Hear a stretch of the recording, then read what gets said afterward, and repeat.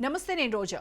పాకిస్తాన్తో ఉద్రిక్త వాతావరణం నేపథ్యంలో కాల్పుల విరమణ చేయమని భారతదేశాన్ని ఒప్పించానని అమెరికా అధ్యక్షుడు ట్రంప్ చేసిన కామెంట్స్తో మోడీ సర్కార్ ఇరకాటంలో పడింది.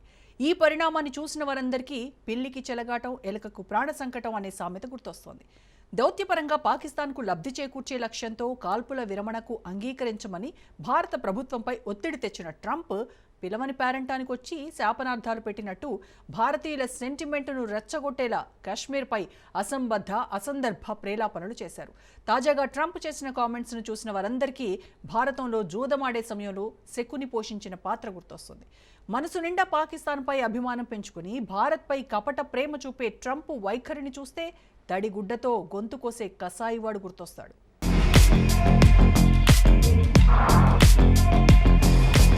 సీజ్ ఫైర్ పై పొలిటికల్ ఫైటింగ్ నడుస్తోంది. ఇండో పాక్ కాల్పుల విరమణపై ప్రకటన చేయాల్సింది ప్రధాని మోడీ.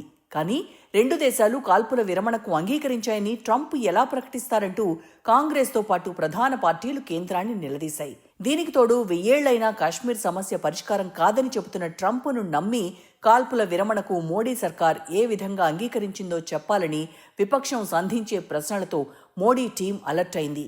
కుక్కతోక పట్టుకుని గోదారి ఈదినట్టే అన్న చందంగా అమెరికా అధ్యక్షుడి మధ్యవర్తిత్వాన్ని నమ్ముకుంటే పాకిస్తాన్తో కుమ్మక్కై మనల్ని నట్టేట ముంచేస్తారని నిర్ధారణకొచ్చిన నరేంద్ర మోడీ తన వ్యూహాన్ని మార్చి ఆచితూచి అడుగులు వేస్తున్నారు. ట్రంప్ శల్య సారథ్యం తమకు అవసరం లేదని మోదీ తేల్చి చెప్పడంతో తన ఇమేజ్ డ్యామేజ్ కాకుండా మోడీ జాగ్రత్త పడ్డారు.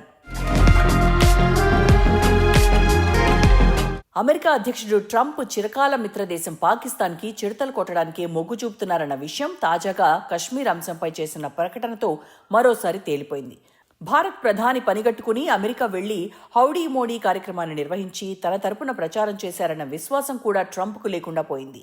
తన కోసం ప్రచారం చేసిన సందర్భంలో మోడీని పొగడ్తలతో ముంచెత్తిన ట్రంప్ అసలు అవసరం వచ్చినప్పుడు మాత్రం నిండా ముంచే రకంగా వ్యవహరించడంపై భారతీయులు మండిపడుతున్నారు.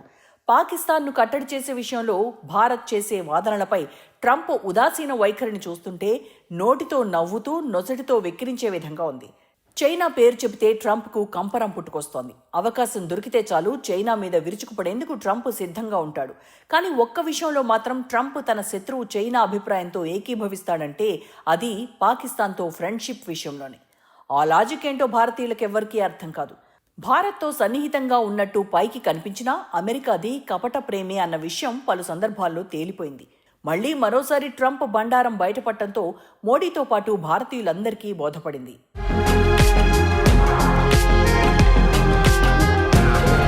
చైనా మద్దతిచ్చే పాకిస్తాన్ను వెనకేసుకురావడం ఎంత విడ్డూరమో అంతకంటే పెద్ద విడ్డూరాలకు అమెరికా తెరతీసిన సందర్భాలు చాలానే ఉన్నాయి.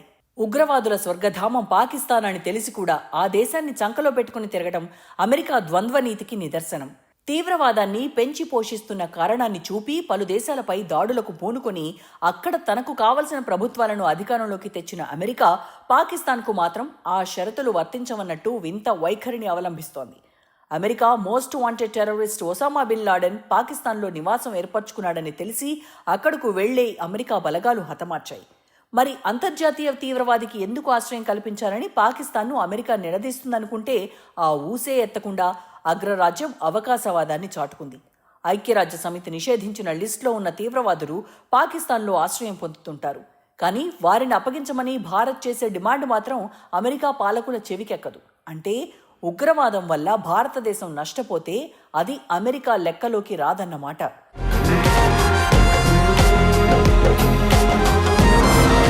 ఉక్రెయిన్ అధ్యక్షుడు జెలెన్స్కీ వైట్ హౌస్లో ట్రంప్తో వాగ్వాదానికి దిగినప్పుడు చాలా మంది తిక్క చేష్టలంటూ విమర్శించారు.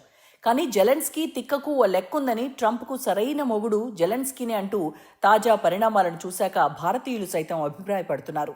స్నేహంతో కౌగిలించుకుని కత్తులతో పొడిచే ట్రంప్ వంటి ఆధిపత్య ధోరణి ఉన్న వారికి జెలెన్స్కీ మాదిరిగా ఇచ్చిపడేసేవాడే కరెక్టేమో అనిపిస్తోంది. ఆపరేషన్ సింధూర్ తర్వాత పాకిస్తాన్ పూర్తిగా డిఫెన్స్లో పడిపోయింది. ఓవైపు ఆర్థిక సంక్షోభం, దానికి తోడు భారత్ సింధు నదీ జలాలను ఆపేయడం, ఇవి చాలవన్నట్టు బలూచిస్తాన్ వేర్పాటువాదుల దాడులు, ఇలా చక్రబంధంలో చిక్కుకున్న పాకిస్తాన్ పైకి మేకపోతు గాంభీర్యాన్ని ప్రదర్శిస్తూ భారత్తో యుద్ధానికి కాలుదూవుతోంది. ఇక లాభం లేదు, అమీతుమీ తేల్చుకుందామని భారత్ సేనలు సిద్ధపడేసరికి అమెరికా కాళ్లు పట్టుకుని కాల్పుల విరమణకు దౌత్యం నడపమని ప్రాధేయపడింది. ఇక పాకిస్తాన్ అడిగిందే తడవుగా తగుదనమ్మా అంటూ ఆపరేషన్ సింధూర్ను ఆపేయాలని అమెరికా భారత్ను కోరటంతో దాయాది దేశంపై దాడులను మోదీ సర్కార్ తాత్కాలికంగా వాయిదా వేసింది. కానీ దానికి ప్రత్యుపకారంగా అమెరికా అధ్యక్షుడు భారత్ను సమర్థించకుండా పాకిస్తాన్ తృప్తిపరిచే విధంగా కాశ్మీర్ సమస్యపై కామెంట్లు చేయడం ప్రతి భారతీయుడి గుండెను కలచివేసింది. కాల్పుల విరమణ చేయమని ట్రంప్ అడిగిన వెంటనే జెలెన్స్కీ మాదిరిగా మోదీ కూడా ఎదురు తిరిగి ఉంటే అమెరికాకు తెలిసొచ్చేదని నెటిజన్లు అభిప్రాయపడుతున్నారు. కానీ దౌత్య నీతిని పాటించే మోదీ చాలా వ్యూహాత్మకంగా ట్రంప్ కాల్పుల విరమణ ప్రతిపాదనకు ఒప్పుకున్నట్టు కనిపించిన కశ్మీర్ అంశంలో అమెరికా మధ్యవర్తిత్వాన్ని అంగీకరించే ప్రశ్నే లేదని క్లారిటీ ఇచ్చేశారు. అంతేకాకుండా చర్చల పేరుతో యుద్ధం నుంచి తప్పించుకోవాలనుకుంటున్న పాకిస్తాన్ ముందరి కాళ్లకు బంధం వేసేలా తీవ్రవాదులను అప్పగించడంతో పాటు పీఓకేను స్వాధీనం చేసే విషయంపై భారత్ డిమాండ్లను అంగీకరించాలని మోడీ సర్కార్ పెట్టిన కండిషన్లతో పాకిస్తాన్తో పాటు దాని పిలకను ఆడిస్తున్న అమెరికా దిమ్మ తిరిగింది. ఈ మొత్తం ఎపిసోడ్లో మరోసారి బయటపడిన అంశం ఏంటంటే మోదీని ట్రంప్ స్నేహపూరితంగా కౌగిలించుకున్నా అది ధృతరాష్ట్ర కౌగిలే, కానీ దానివల్ల భారత్ కొరిగే ప్రయోజనం ఏమీ ఉండదు. ఒక్క ముక్కలో చెప్పాలంటే భారత్కు అమెరికా ప్రియమైన శత్రువు.